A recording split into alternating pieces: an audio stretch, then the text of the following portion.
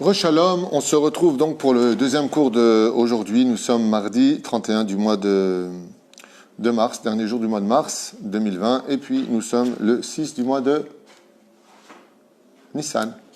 Shalom. Un cours de Moussar, on vient de faire la halachot de la cachérisation de la cuisine. Bezrat Hashem, un shiur dédié pour, et plutôt grâce à Jonathan, il ne veut pas qu'on donne son nom, donc on va s'arrêter là, pour la refoua shlema et la réussite de tout le peuple d'Israël. Ezer Hamoud Tzadikazé, personnage extraordinaire qui pense à tout le peuple d'Israël et donc qui souhaite une grande refoua shlema. Bichlalam, Moratim Akdosha Vatora, Bechen Sami, Ben Esther Twitou, ou Bechol Mishparto, Bechol Asharlo, Amen, Amen. On va étudier aujourd'hui, nous sommes avec le Rav Gaon, Tzvi Hirsch, Zecher Tzadik Vekadosh Bracha, à la fin du livre Pele Yoetz de Rabbi Eliezer Papo. Il nous a écrit un alpha bêta, comme vous le savez, on a déjà commencé sur le Moussar, donc dans l'ordre chronologique de Aleph Bet de l'alphabet. Et là, nous sommes arrivés à la lettre Bet, Beracha. La première lettre de la Torah commence par la lettre Bet, et le Zohar nous dit parce que le monde a été béni par Dieu, et il n'y a pas plus important que des brachot. Les brachot veut dire en hébreu bénédiction. C'est ce que je vous souhaite le plus. Avant de commencer ce shiur, j'aimerais simplement vous demander, et vous souhaiter de tout mon cœur, d'arriver à un niveau qui soit que votre bouche ne soit toujours remplie que de bénédictions. Par exemple, même si vous avez quelqu'un qui vous énerve, alors bénissez-le. Yératson que Dieu te donne plus de sagesse. Lamalo, amen. Yératson que Dieu te rende plus fif, si vous le trouvez fainéant. C'est tellement important de faire attention de ne pas descendre les gens. Parce que quand on descend quelqu'un, la nature de l'homme, c'est de riposter avec l'orgueil, automatiquement. Tu m'as touché, tu m'as blessé. De l'importance de ne pas descendre les gens avec l'aide d'Hachem, c'est pas évident parce que des fois on est énervé. Aval, vraiment d'être toujours celui qui relève l'autre. Il ratsonne que Dieu me donne la patience de supporter ta façon de te conduire. Je t'ai pas descendu, c'est moi qui manque de patience. Donc je vais me bénir à moi, que Dieu me donne la force et la patience de te supporter, d'avoir toujours une parole positive et non négative. Pourquoi le monde a-t-il commencé par le mot bénédiction, Beracha, Bereshit, c'est la lettre bête, parce que le Créateur du monde veut que le monde réussisse. Et le monde arrivera à son apogée et à la volonté divine parce qu'il a été créé par la lettre bête, la bracha. Quand on a la bracha dans ce monde, on a tout. Mieux vaut avoir peu de choses avec beaucoup de bénédictions d'Hachem qu'énormément de choses sans bracha d'Hachem, chas beshalom. Ce qui n'a pas de bracha ne continue pas, ce qui n'a pas de bracha n'existe pas, ce qui n'a pas de bracha ne donne pas de joie. Ce sont des illusions. Et la reine, une fois qu'on a expliqué cela, il est impératif de suivre cette ligne de conduite, de ne jamais sortir une mauvaise parole de nos bouches. Le mot bracha dans tout ce que l'on fait. À un tel point, quand dans le livre Maaseh Avot, il dit que la bénédiction dans la bouche d'un homme est tellement importante que le monde a été créé pour ça. Et jusqu'où ça va? Écoutez bien ce qu'il dit, chose qu'on a déjà enseignée dans d'autres shiurim, mais on le dit pour le cas actuel, à un tel point que même s'il en venait à dire à sa femme, chérie, par exemple, il n'y a pas de lait, il ne dit pas, chérie, il n'y a pas de lait. C'est pas une klala de dire, c'est pas une malédiction de dire il n'y a pas de lait. Il dit mais c'est problématique. Parce que comme la parole créatrice, tu viens de dire il n'y a pas. Donc c'est une malédiction. Simplement dire, chérie, il faut acheter du lait. Pour vous dire à quel point il faut faire attention quand on dit quelque chose. Par exemple, un enfant qui est sur le point de tomber. On ne dit pas attention, tu vas tomber. C'est une malédiction. Qu'est-ce que tu viens de lui dire? Tu vas tomber. Non, j'ai voulu te prévenir, tu comprends rien? Si, je comprends. Seulement les mots qui sont sortis sont négatifs. Tu vas tomber. Attention, tu vas tomber. C'est assourd. On ne dit jamais ce genre de phrase. Vous savez pourquoi? Parce que nos chachamim, ils disent, maintenant que tu le dis, attention, tu vas tomber, tu as fait une condition qu'il pouvait tomber. Un jour, il tombera. Peut-être pas maintenant, hein. Dans 20 ans, dans 30 ans, dans 50 ans. Ta parole retombera sur celui qui l'a dite. La reine, qu'est-ce qu'on dit alors dans ce cas-là? Attention de ne pas tomber. Positivement. Positiver toujours les choses. Et ainsi donc, Bezrat Hashem, le mec, il n'en peut plus de sa femme. Ouais, je veux divorcer. Ne dis pas ce mot-là. Yératson, que Dieu nous donne la force de toujours rester ensemble. C'est pas évident en ce moment. Même si vraiment on a envie de le dire, change les mots. Fais attention. Fais attention à ce que tu sors de ta bouche. Fais attention à ta façon de voir les choses. Fais attention à ta façon de... Vous savez, quelqu'un m'a raconté qu'à Pessah dernier, il s'est mis en colère après sa femme. Parce que sa femme n'arrêtait pas de lui dire, laisse-le dire lui, fais comme ça, fais comme ça. À un moment, clart, le mec qui m'a raconté, j'en pouvais plus. J'ai éclaté. L'impression d'avoir un flic à table. Sa femme, c'est un peu Jiminy Cricket, elle lui prend la tête, elle fait pas comme ça, elle dit comme ça, c'est sa nature. Et je lui dis alors qu'est-ce que ça fait? Il m'a dit j'ai juré de ne plus faire Pessah avec elle.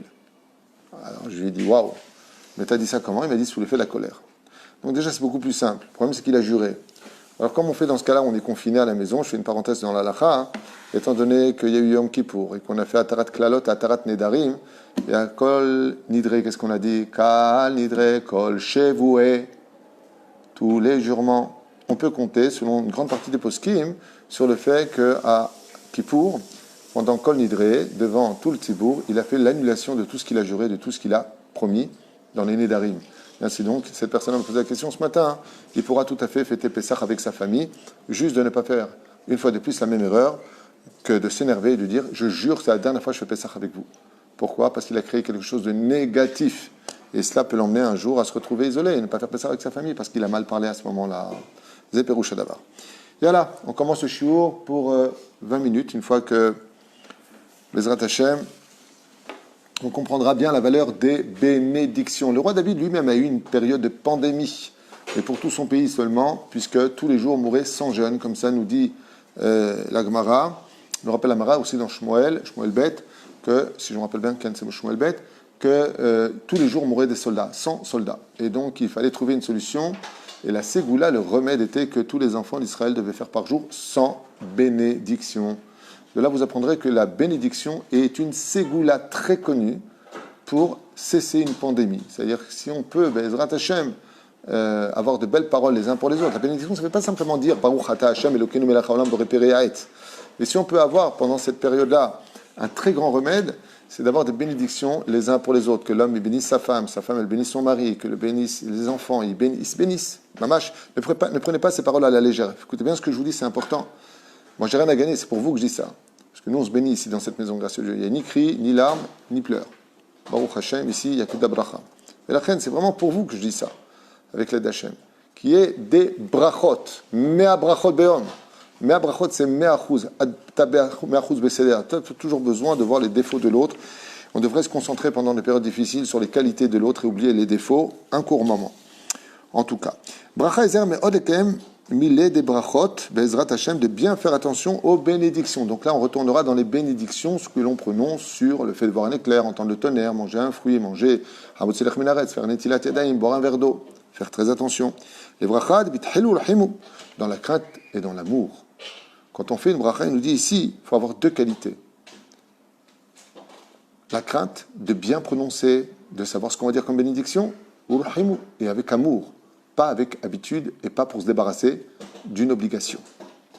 Madev shar, au maximum de ce que chacun peut faire. Ubeyoter brachot aneinin. Et où est-ce qu'on doit faire particulièrement attention?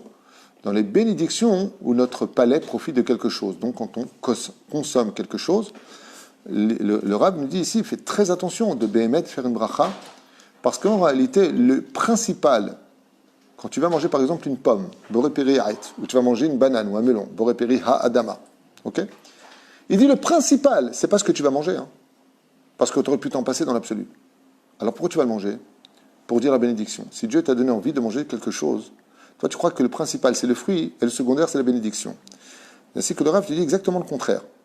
C'est la bracha qui est le plus important et c'est le fruit qui est le secondaire. C'est parce que tu fais une bracha que tu vas manger le fruit. C'est pas parce que tu vas manger le fruit que tu fais une bracha. C'est le contraire.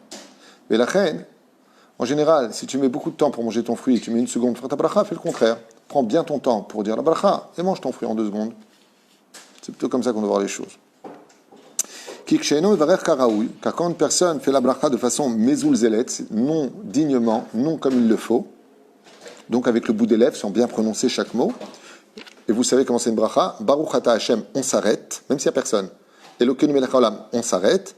Borei peri ha'etz, point. C'est ça? On ne dit pas Baruch Ata Hashem, Elokeinu melech haolam, borei peri ha'etz. Mamash lo. Baruch Ata Hashem, Elokeinu melech haolam, on parle du roi. Borei peri ha'etz. Et là, on mange tranquillement. Quand on est en train de parler avec quelqu'un, comment on fait? C'est des fois tu parles, puis tu as envie de prendre une pomme, tu as envie de boire un verre d'eau. Tu dis, excuse-moi un instant. Baruch Ata Hashem, Elokeinu melech haolam, shakol nira bidvaro. Et tu bois. המאכל מטמטם את ליבו ומשכח עבודת השם יתברך ומחטיאו חס ושלום. Car la nourriture a une force extraordinaire, c'est qu'elle fait partie des tahavot, des envies. Et la nourriture, quand elle est mal consommée, quand elle n'est pas mangée avec intelligence, avec sagesse, rend le cœur de l'homme débile, comme ça il dit ici. Et peut même l'emmener très facilement à la faute. Comment tu peux voir une personne si elle est bien élevée ou pas, si elle a des rachemé ou pas? ni quand elle prie, ni quand elle étudie, ni dans son savoir. Tu la regardes quand elle mange et tu sauras qui il est. Comme ça disent les Chachamim. C'est pour cela.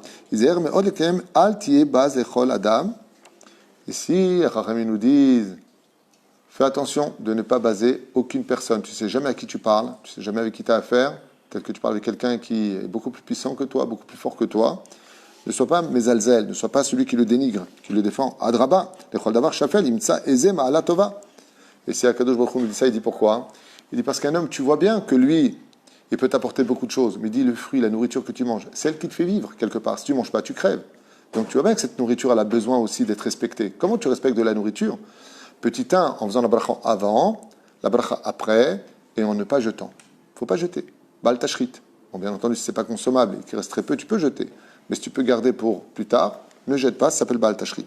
Kedua miloben hashinaim shel hanevela, shebach hadavar hanae, hanimsa badavar hashafel, ekayem hafetz chesed hu. Izer meod mina batala, amivia l'idée shemum. Et c'est pour ça qu'une personne doit faire aussi très attention, hormis le fait de faire les brachot sur la nourriture, le birkat Amazon et autres, ou dans sa amida, tout ce qui est bénédiction, de bien compter 100 brachot par jour, minimum, c'est le strict minimum pour chacun de nous. D'accord ? Surtout la bracha de Asher Yatzar et Adam, qui est d'une très très haute dimension. Pour qu'une personne ne reste pas Béchahamoum, les bénédictions peuvent être aussi sur le fait de remercier Hachem, qu'on a fait sur le cours Aimer Hachem, de remercier Akadosh Baruch Hu, Shtabach Shemolad, on va manger quelque chose de bon. Rabbi Nachman dit qu'on peut bénir Hachem sur tout ce qui nous donne de la joie.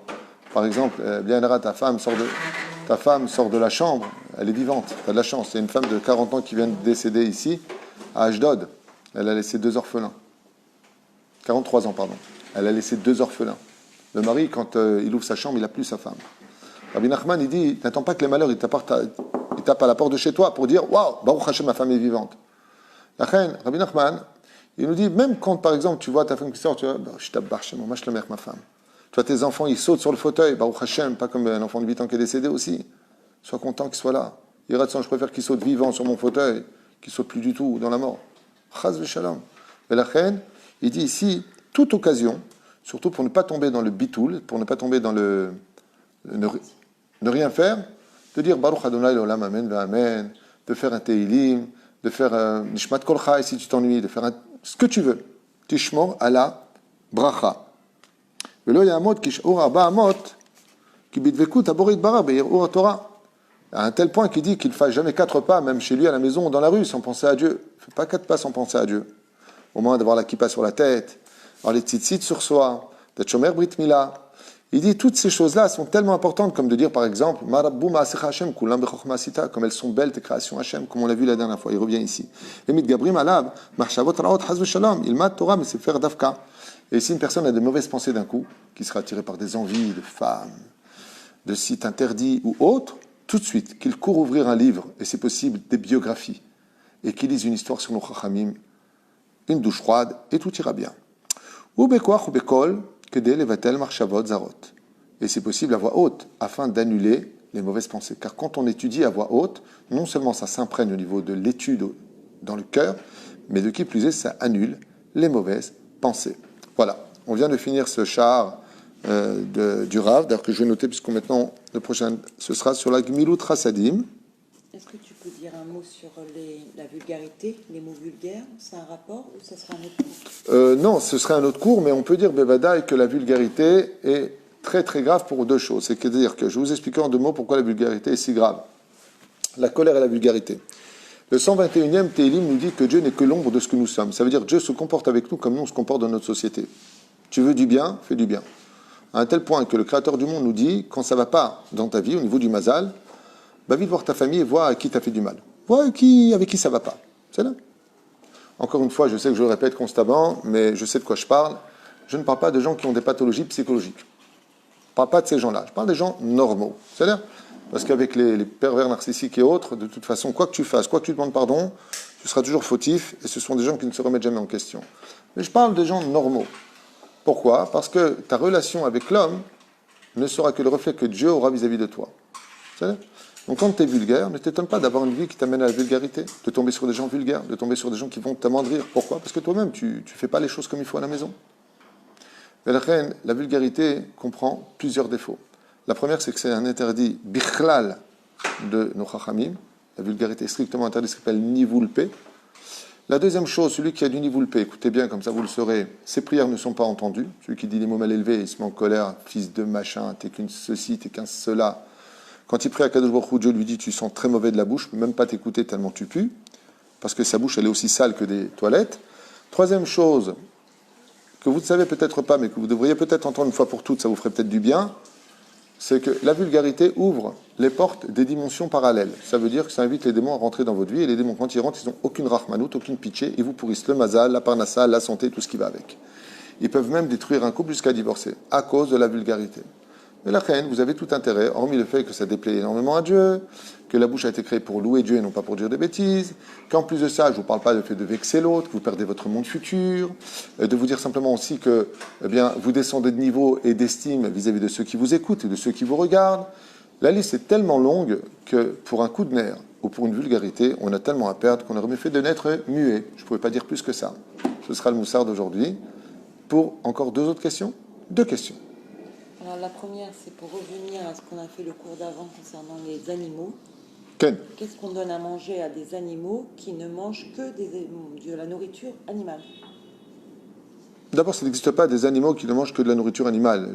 C'est un sujet que je connais bien. J'ai eu des animaux, j'ai eu des poissons, j'ai eu des singes, j'ai eu des chiens, j'ai eu des chats. J'ai eu énormément d'animaux dans ma vie. J'adorais ça. J'ai eu des lapins, j'ai tout. Quand j'étais en France, les animaux, au contraire, ils mangent même ce que nous, on mange. Simplement leur donner de la nourriture qui soit cachère les pessards, vérifier ce que l'on peut leur donner. Par exemple, de la matzah régila mouillée avec du riz et un peu de viande. Je ne crois pas qu'un chat ou un chien fera la tronche pour cela. Ça peut tout à fait s'arranger. De donner de la matzah ou des feuilles, par exemple les poissons, c'est pas un problème parce que ce qu'ils ont, c'est des feuilles d'algues, enfin c'est des trucs spéciaux, c'est pas du chametz. On pouvait le donner. On s'arrange complètement tous les pessards. Estelle Saada, qui est en deuil, mais elle est en Israël toute seule apparemment. Elle n'a pas de famille, tout le monde est à Paris. Que Dieu te bénisse, Estelle Saada, et toutes nos condoléances. Elle demande, comme elle n'a pas de visite, qu'elle est seule, est-ce qu'elle a le droit d'écouter des cours de Torah pendant cette semaine de Shiva? Une personne en deuil durant les 7 jours de deuil, d'abord j'ai entendu qu'il y aurait des rabbinim qui auraient dit qu'on n'est pas en deuil si une personne est morte de la pandémie, je ne sais pas d'où ça sort, j'ai revérifié ce sujet-là, aucun rav posek halakha. Quand je parle de rabbinim, j'appelle pas des rabbinim standards, j'appelle des poskim, des gens qui sont diplômés d'État, réputés d'un très haut niveau. Vraiment très, quand je dis très haut niveau, c'est moi je vous le dis, c'est que bémet très très haut niveau. Eux-mêmes ont dit Ani lo makir. Je n'ai jamais entendu ça, donc vadaï que Estelle doit être en deuil. Vous avez le droit d'écouter des cours d'Alachot, oui. Vous avez surtout le droit d'écouter des cours de Moussar, oui. Donc, en d'autres termes, les cours que moi je prodigue, vous avez le droit de les écouter parce qu'une personne en deuil doit se renforcer, doit faire teshuva, doit être au courant. Et de qui plus est, dans l'état dans lequel vous êtes seul, c'est encore 2 fois plus dur parce que vous êtes face à vous-même. Donc, vraiment, toutes mes condoléances et désolé pour cette période délicate. Vous n'êtes pas la seule à être en deuil. J'ai aussi un ami qui est en deuil, qui vient de perdre son père, justement, de ce virus. Et c'est vraiment une hécatombe. En France, c'est extrêmement grave ce qui se passe. J'espère que Bezrat Hashem à New York, c'est pire. J'entends des choses vraiment incroyables. Chez Niske, Bezrat Hashem d'entendre que de bonnes nouvelles. Et Estelle, ne vous inquiétez pas. Tout comme la mort a pris ce proche parent, la résurrection des morts vous le rendra. Que Dieu vous bénisse. Zéou, Toda Rabba à Jonathan qui a acheté ce chiour. Et puis, il y aura d'autres... Et voilà, j'ai encore des shiurim qui ont été achetés. Je n'oublie pas l'élévation de toutes les âmes qui sont citées, on prie pour eux. Quelquefois, je les aussi de ceux qui l'ont demandé. On n'attend pas votre cours pour les citer, on les cite. Seulement, on le fait hors caméra, quelque part, pour ne pas tarder au niveau du shiur, afin que tout le monde puisse profiter du shiur. Donc, une grande réfoua chez moi aussi pour Sami, Shimon, Ben Esther, réfoua chez le Marefot de Nefesh, réfoua Tagouf. Naomi Esther Bat Rachel, j'espère que tu vas mieux. Esther Bat Aziza, David Ben Yafa. Yoav Ben Miriam, la liste est encore très longue, je ne vais pas vous retenir plus longtemps. On se rejoint ce soir, on annoncera à quelle heure le shiur Bezrat Hashem. Et du fond du cœur, Toda Rabba pour ceux qui nous suivent, chez Niskela Gdil Torah ou les Hadira. Juste encore une petite dernière information, c'est que Baruch Hashem, le consistoire, donc les rumeurs étaient vraies. J'ai reçu les courriers, on les a envoyés. Oui, les rumeurs étaient vraies pour ce qu'on avait dit hier soir, des sommes qui étaient exigées, du fait qu'on demandait, pour ceux qui ne pouvaient pas payer, de brûler les corps. Mais le consistoire a fait, Teshuvah, le grand rabbin de France, s'est remis en question sur ce sujet. Baruch Hashem, aujourd'hui, ils ne diront plus ces bêtises, grâce à Dieu. Pour incinérer les morts. Ken pour incinérer les morts. Je rappelle une fois pour toutes à tout le monde qu'il est strictement interdit d'incinérer nos morts. Assour. C'est non seulement la personne que vous aimez est morte, mais en plus elle ressentira les flammes dans les fours. On n'a pas besoin de ça. La mitzvah, c'est d'enterrer Bezrat Hashem, nos morts, et de faire la Brit Mila le 8e jour, comme convenu. Yalla, sujet pour lui-même, Toda Rabba, et on se revoit ce soir, si Dieu veut, pour 2 shiurim.